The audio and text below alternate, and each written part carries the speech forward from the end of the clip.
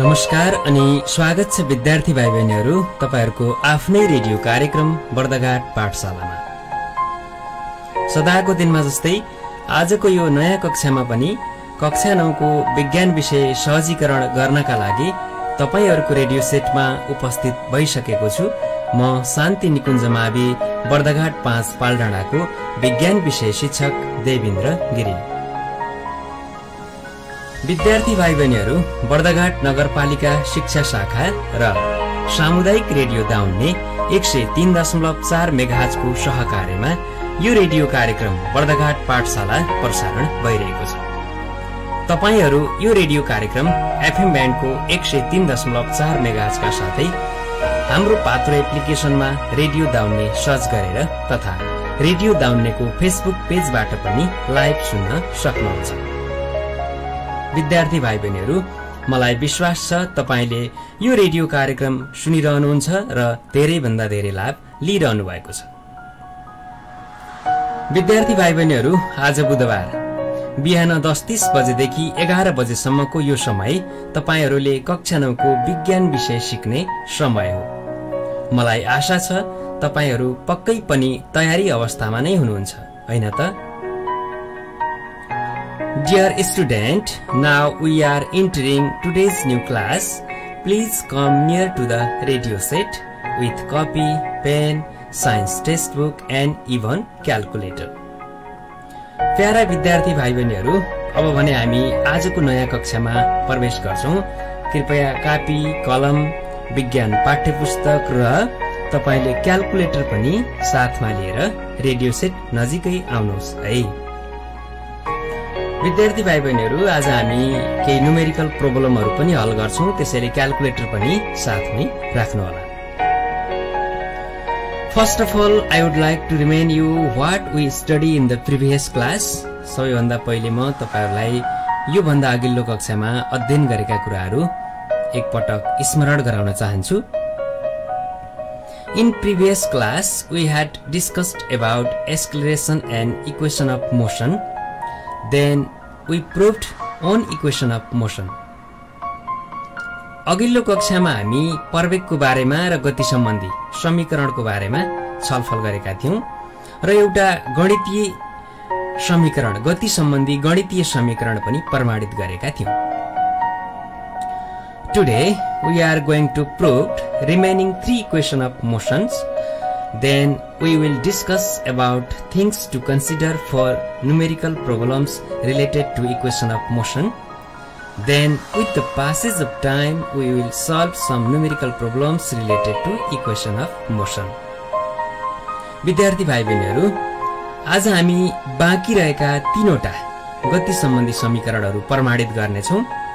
त्यसपछि गणितीय समस्याहरू हल गर्नेछौं र त्यसका ध्यान दिनुपर्ने कुराहरू पनि छलफल गर्नेछौं। समयले साथ दिएमा 2 वटासम्म गणितीय समस्या हल गर्नेछौं र केही होमवर्कहरू पनि दिनेछौं। आउनुहोस् विद्यार्थी भाइ बहिनीहरू, अब हामी आजको कक्षातर्फ लागौं।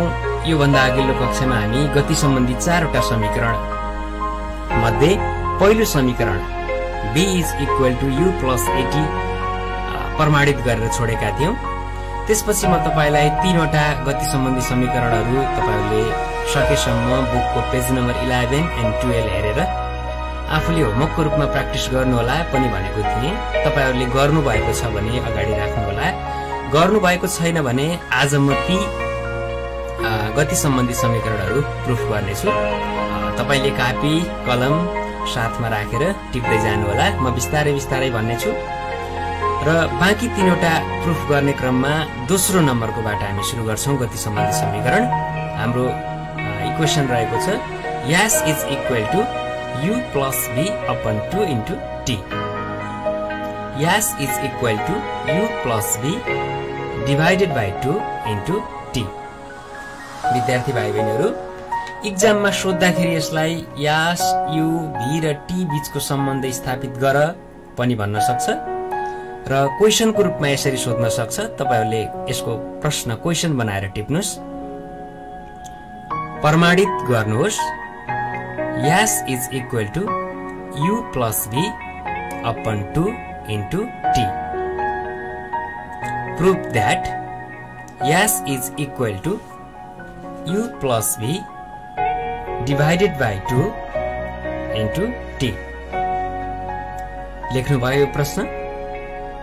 म फेरि भन्छु, prove that S is equal to U plus V upon 2 into T.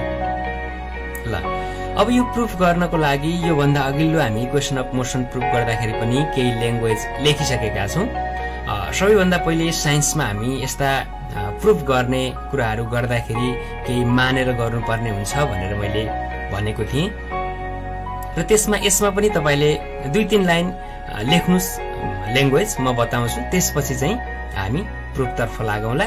अब यो S is equal to U plus V upon 2 into T निकाल्नको लागि हामी थोरै कुराहरू लेख्छौं। ल लेख्नुस् है त। मानौ कुनै वस्तु A स्थानबाट B स्थानसम्म यात्रा गरिरहेको छ, जसको सुरुको गति U, अन्तिम गति V, पार गरेको दूरी S र लागेको समय T छ। फेरि एकपटक सुन्नुस्। मानौ कुनै वस्तु A स्थानबाट B स्थानसम्म यात्रा गरिरहेको छ, जसको सुरुको गति U, अन्तिम गति V, पार गरेको दूरी S र लागेको समय T छ। Suppose a body is moving from place A to place B, which has initial velocity U, final velocity V, displacement S and time taken T.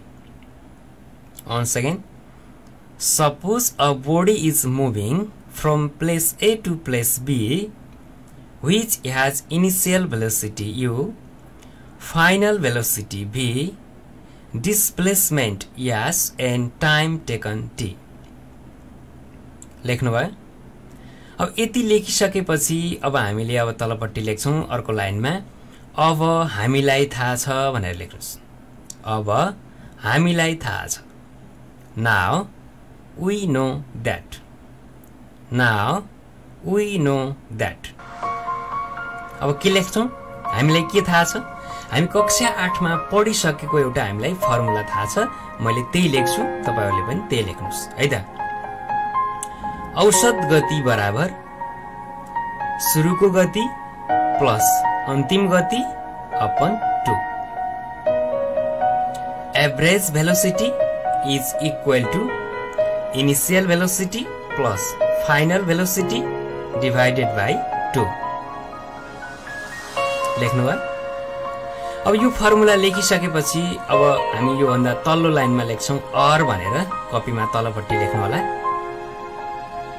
औसत गतिको फर्मुला हामी कक्षा 8 मा पढिसकेका छौं। औसत गति निकाल्नको लागि पार गरेको दूरीलाई लागेको समयले भाग गर्नुपर्ने हुन्छ। जम्मा जम्मी पार गरेको दूरी डिभाइडेड बाइ समय हुन्छ। अब औसत गतिको ठाउँमा तलतिरपट्टि लेख्नुस् अर्को लाइनमा R भनेर S अपन T। औसत गतिको ठाउँमा के लेख्ने? S अपन T बराबर सुरुको गतिलाई के लेख्ने? U प्लस अन्तिम गतिलाई के लेख्नु पर्यो? V upon 2। ल फेरि सुन्नुस् है त के भयो यो line. S upon 2 is equal to U plus V upon 2। ल अब R भनेर अर्को लाइनमा लेख्नुस् S अपन T अनि U plus V अपन 2। अब क्रस मल्टिप्लिकेसन गर्नुस्। क्रस मल्टिप्लिकेसनमा S लाई लेफ्ट साइडमै राख्नुस्, T लाई राइट साइडमा लैजान पर्यो मल्टिप्लाई गरेर। के हुने भयो? R S is equal to U plus V upon 2 into T। ल हेर्नुस् त हामीले प्रमाणित गर्नुपर्ने फर्मुला निस्किसक्यो। ल अब यसपछि यसको तल लेख्न सक्नुहुन्छ प्रमाणित भयो। हेन्स प्रुभड लेख्नुभयो नि हैन। ल त्यसपछि अब हामी जान्छौं अर्को इक्वेसन अफ मोसन प्रुफ गर्न जुन 3 नम्बरमा रहेको छ। यसलाई पनि प्रश्न बनाएर टिप्नुस् है त। प्रमाणित गर्नुहोस् v² बराबर u² plus 2as prove that v² is equal to u² plus 2as लेख्नुभयो। prove that v² is equal to u² plus 2as। ल यसमा पनि यो प्रुफ गर्नुभन्दा पहिले तपाईलाई मैले भनेको छु थोरै ल्याङ्ग्वेज लेख्नुपर्छ भनेर। एउटा वस्तु एउटा स्थानबाट अर्को स्थानमा यात्रा गरिरहेको छ हैन। त्यसको सुरुको गति u, अन्तिम गति v, पार गरेको दूरी s, लागेको समय t र प्रवेग a छ भनेर लेख्नु पर्यो। यहाँ v, u, a र s को सम्बन्ध निकाल्नु पर्ने छ। माथि जस्तै माथि दुईवटा जुन प्रश्नहरू हल गर्यौं त्यस्तै यसमा पनि लेख्नु पर्ने भयो। ल सोलुसन भनेर तलपट्टि लेख्न सुरु गर्नुस् है त। मानौ कुनै वस्तु A स्थानबाट B स्थानसम्म यात्रा गरिरहेको छ जसको सुरुको गति u, अन्तिम गति v, पार गरेको दूरी s, लागेको समय t र प्रवेग a रहेको छ। Suppose a body is moving from place A to place B, which has initial velocity u, final velocity v, displacement s, time taken t, and acceleration a. Suppose a body is moving from place A to place B, which has initial velocity u, final velocity v, displacement s, time taken t, and acceleration a. लेख्नु भएन। अब तलपट्टि लेख्न पर्ने भयो। यो पनि एउटा फर्मुलाबाट गएर हामी अर्को फर्मुला निकाल्छौं। अब यहाँ पनि अब हामी अघिल्लो क्वेशनमा जस्तै लेख्छौं। यहाँ पनि अब हामीलाई थाहा छ। Now we know that. Now we know that. लेख्नु भयो। अब तलपट्टि लेख्न पर्यो। हामीलाई थाहा छ एउटा फर्मुला, भर्खरै प्रुफ गरेको फर्मुला थाहा छ भन्न पाइन्छ किनकि अलरेडी पढिसकेका कुरालाई हामीलाई थाहा छ भनेर लेख्छौं। हामी अघिल्लो भर्खरै प्रुफ गरेको इक्वेसन लेख्छौं। अब हामीलाई थाहा छ भनेर यहाँ लेख्नुस्। हामीलाई थाहा छ भनेर लेख्नुभयो। त्यसको तलपट्टि लेख्नुस् s बराबर u plus v upon 2 into t. S is equal to u plus v divided by 2 into t. लेख्नु भयो हैन। अब अर्को लाइनमा लेख्नुस् तलपट्टि r भनेर s is equal to u plus v upon 2 into अब t लाई के लेख्न त यहाँ अब t को ठाउँमा आइन्छ है। हामी अरु जस्ताको तस्तै सारियो। अब t को ठाउँमा हामी अघिल्लो कक्षामा पढिसकेका छौं। एउटा प्रवेगको परिभाषाबाट प्रवेगको फर्मुला निकालेका थियौं। a is equal to v minus u upon t भन्ने फर्मुला निकालेका थियौं। अब त्यहाँबाट हामीले t निकाल्नु पर्यो भने के हुन्छ? a बराबर v minus u upon t भयो। t निकाल्नु पर्यो भने के भयो? t बराबर v minus u upon a भयो हैन। अब यहाँको t भएको ठाउँमा त्यही राख्नु छ। के राख्नु पर्यो? v minus u upon a। म अब यो दोस्रो लाइन फेरि पढ्छु है त। के लेख्नु भयो? s बराबर u plus v upon 2 into v minus u upon a। यही लेख्नु भएको छ हैन? हो ल विद्यार्थी भाइ बहिनीहरु अब तेस्रो लाइनमा लेखौं है त। r भनेर s बराबर अब u plus v लाई तपाई v plus u लेख्नुस्। अहिले हामीलाई हिसाब गर्न सजिलो हुन्छ। u प्लस v लाई के लेख्नुस् v plus u upon 2 into v minus u upon a यस्तो लेख्नुस्। लेख्नु भयो ल। अब तल अर्को लाइनमा लेख्नुस् s इज इक्वल टु ल हेर्नु त त्यहाँ v plus u v minus u गुणनमा छ माथि। अब तपाईहरुले म्याथमा पढ्नु भएको छ a square minus b square को फर्मुला के भनेर पढेका थियौ a plus b a minus b। यहाँ पनि हेर्नु त त्यही छ v plus u v minus u a भनेको v b भनेको u a plus b a minus b b plus u b minus u। ल यसलाई फर्मुलामा लाँदा के हुन्छ लेख्नुस् त v square minus u square हैन अपन 2 र a गुणन गर्नुस् त के हुने भयो 2a। ल यो लाइन के भयो त म फेरि भन्छु s is equal to v square minus u square upon 2a। ल अब क्रस मल्टिप्लिकेसन गरौँ s को तलपट्टि 1 हुन्छ क्रस मल्टिप्लिकेसन गरौँ v square minus u square is equal to 2a s। ल हेर्नुस् त क्रस गुणन भयो। अब v स्क्वायर लाई लेफ्ट साइड में राख्नुस् u स्क्वायर माइनस छ u स्क्वायर लाई राइट साइड में ल्याउनुस् v square is equal to u square plus 2as भयो है त। अब भन्नु पर्यो कि हामी प्रमाणित भयो भनेर भन्नु पर्यो तलपट्टि प्रमाणित भयो भनेर लेख्नुस् हेन्स प्रुफ हामीले निकाल्नु पर्ने इक्वेसन आयो। अब अन्तिम रहेको छ विद्यार्थी भाइ बहिनीहरु 4 नम्बरको तपाईले बुकमा हेरेर पनि क्वेशन देखिसक्नु भएको छ प्रमाणित गर्नुपर्ने अर्को equation s is equal to ut plus half at square छ है। Proof that s is equal to ut plus half at square. ल यसलाई पनि तपाई गर्न सक्नुहुन्छ म यसलाई पनि थोरै बताइदिन्छु है त। ल लेख्न सुरु गर्नुस्। अब यसमा पनि यसलाई प्रुफ गर्न पनि हियर भनेर अब त्यहाँ सोलुसनमा चाहिँ केही ल्याङ्ग्वेजहरु लेख्नु पर्छ अघिल्लो क्वेशनमा जस्तै लेख्नु होला यहाँ पनि।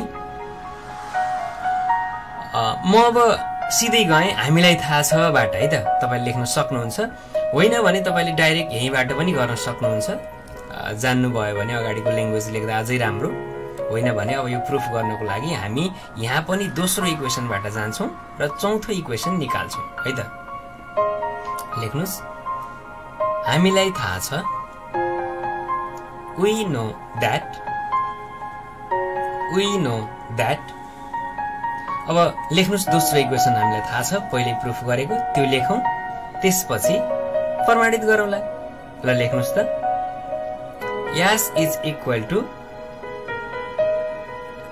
u plus v upon 2 into t। s is equal to u plus v divided by 2 into t। लेख्नु भयो। अब अर्को लाइनमा लेख्नुस् s is equal to u plus अब हेर्नुस् त v को ठाउँमा हामीले सुरुको इक्वेसन प्रुफ गरिसकेका छौं 1 नम्बर इक्वेसन के प्रुफ गरेका थियौं v is equal to u plus at हो। यहाँको v मा चाहिँ त्यही राख्नुस् है त। अब त्यो यहाँ v छ जुन त्यो v मा चाहिँ के राखौं त भन्दा u plus at राखौं अपन 2 into t छँदैछ। और s is equal to अब हेर्नुस् त के लेख्न पर्यो u र u जोड्नुस् कति भयो एउटा u जोड्दा कतिवटा u हुन्छ 2 वटा u हो u plus u 2u plus 8 upon 2 into t। पक्कै पनि यो लाइन लेखिसक्नु भयो। और अब अर्को लाइनमा जाउँ त s is equal to अब यो लाइन लेख्दाखेरि माथिपट्टि जुन मल्टिप्लाईमा t छ त्यो t ले 2u लाई पनि गुणन गर्नुस् 80 लाई पनि गुणन गर्नुस् 2ut plus 80 स्क्वायर 80 र t गुणन गर्दा के भयो 80 स्क्वायर अपन 2। ल अब के हुने भयो त अर्को लाइनमा अर्को line लेख्नुस् s is equal to अब यो अपन 2 भनेको विद्यार्थी भाइ बहिनीहरु यो 2ut को पनि हो at² को पनि हो दुईटैलाई भाग लगाउनु पर्ने हुन्छ अब हामी भाग लगाम है त 2ut upon 2 plus at² upon 2 दुईतिरै भाग लगाइयो ल अब 2 2 कट्यो ut को अर्को लाइनमा लेख्दा लेख्छौं s is equal to ut plus यतापट्टि केही छैन भनेको 1 छ 1/2 at² हामीले प्रमाणित गर्नुपर्ने निस्किसक्यो s is equal to ut plus half at² ल यसलाई पनि अब भनौं प्रमाणित भयो हेन्स प्रुभड विद्यार्थी भाइ बहिनीहरु यो चारवटै इक्वेशनहरु जुन इक्वेशन अफ मोसन हामी प्रुफ गर्यौं तपाईहरुले फेरि पनि यिनलाई प्र्याक्टिस गर्नु होला एक्जामको लागि पनि महत्त्वपूर्ण छन् र हाम्रो नगरपालिकाले तपाईहरुलाई होमवर्क डायरी वितरण गरेको छ त्यहाँ पनि मैले देखिरहेको थिएँ यी इक्वेशन अफ मोसन प्रुफ गर्नुपर्ने छन् घरमा बसेर गर्दा यो तपाईले अहिलेको कार्यक्रमलाई रेडियो दाउनेको फेसबुक पेजबाट पनि पटक पटक सुन्न सक्नुहुन्छ त्यहाँ भिडियोको रूपमा रहेको हुन्छ फेरि पनि सुनेर ती प्रब्लमहरु तपाईहरुले सल्भ गर्नु होला है त अब हामी यी इक्वेशनहरु प्रयोग गरेर न्यूमेरिकल प्रब्लमहरु गर्नुपर्ने हुन्छ हिसाबहरु त्यो हिसाब गर्दा के कुरामा ध्यान दिने त त्यो ध्यान दिनुपर्ने कुराहरु म भन्छु तपाईहरुले सुन्नुस् है त ध्यान दिएर अब 1 नम्बरमा रहेको छ हामीले यी इक्वेशनबाट हिसाब गर्दा ख्याल गर्नुपर्ने कुरा क्वेशनले के भनेको छ पहिला त्यो बुझ्नु पर्ने हुन्छ यदि प्रश्नमा नम्बर 1 है वस्तु स्थिर अवस्थाबाट चल्न सुरु गरेको छ भने सुरुको गति 0 हुन्छ त्यसैले तपाईले u इज इक्वल टु 0 राख्नु पर्ने हुन्छ त्यतिबेला त्यस्तै अर्को नम्बरमा कुनै पनि वस्तु अन्तिममा गएर रोकिएको छ भनेर भन्यो अथवा अन्तिममा गएर विश्राम अवस्थामा आएको छ भनेर भन्यो भने त्यतिबेला तपाईले अन्तिम गति v इज इक्वल टु 0 राख्नु पर्ने हुन्छ र गति घट्दै गएको छ गति ह्रास भएको छ भनेर भन्यो भने त्यतिबेला प्रवेग ऋणात्मक हुन्छ रिटार्डेसन हुन्छ त्यतिबेला तपाईले -a राख्नु पर्ने हुन्छ प्रवेगको ठाउँमा यसरी हिसाब गर्नुपर्ने हुन्छ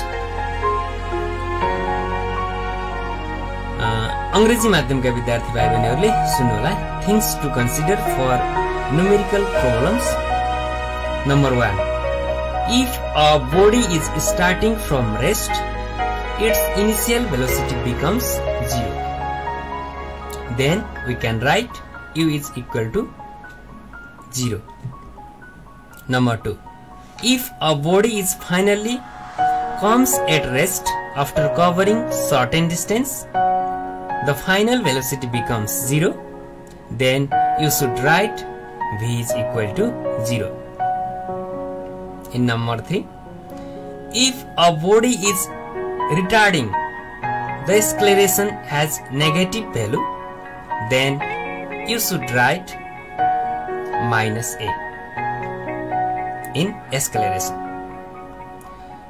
यसरी यी कुराहरु ध्यानमा राखेर तपाईहरुले न्यूमेरिकल प्रब्लमहरु हल गर्नुपर्ने हुन्छ